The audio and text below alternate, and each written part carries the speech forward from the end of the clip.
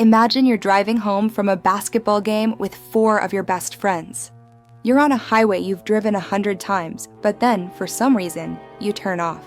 You drive 70 miles in the wrong direction, straight up a winding mountain road, and directly into a massive blizzard.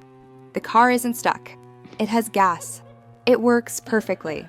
But instead of staying in the warmth, you and your friends step out into the freezing night. You leave the keys in the ignition, and you start walking into the darkness. This isn't a horror movie. This happened to the Yuba City Five. And what was found in a Forest Service trailer months later makes absolutely no sense. It was February 24th, 1978. Jack Madruga, Bill Sterling, Jack Hewitt, Ted Weiher, and Gary Mathias, ranging in age from 24 to 32, were headed home to Yuba City after watching a college game in Chico.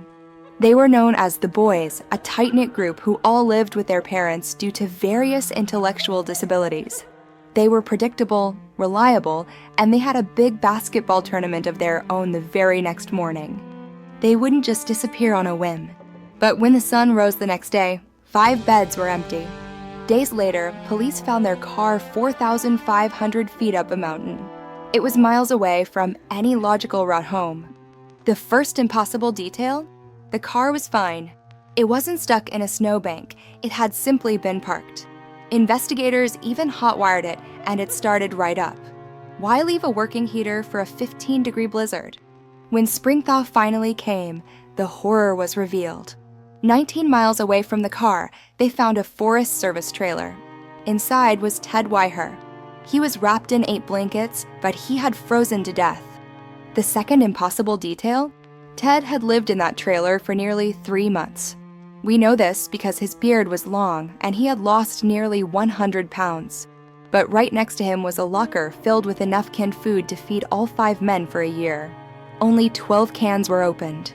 Ted had literally starved to death while surrounded by food. As for the heating, there were butane tanks right outside. All he had to do was turn a valve. He never did. But where were the others? The bodies of Madruga, Sterling, and Hewitt were found scattered in the woods nearby. But Gary Mathias was gone. Gary was a former Army soldier with a history of schizophrenia. Without his medication, he could become disoriented. His shoes were found inside the trailer, meaning he had been there with Ted. But Gary himself vanished into thin air. That night, a man named Joseph Shans was stuck in his own car nearby. He claimed he saw the 5 men. He said he saw flashlights and heard them talking. He yelled for help. Instead of helping him, the men turned off their lights and went silent. Was someone following them? Were they hiding from something in the woods?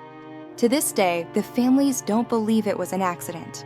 They believe the boys saw something they weren't supposed to see at a gas station in Chico. Or perhaps they were chased up that mountain by someone who knew they were vulnerable. Then there's the gold watch, a watch found in the trailer that belonged to none of them. Who did it belong to? And why was it there? Gary Mathias has never been found. Some think he's still out there. Others think he was the reason they ran into the woods in the first place. What do you think happened on that mountain?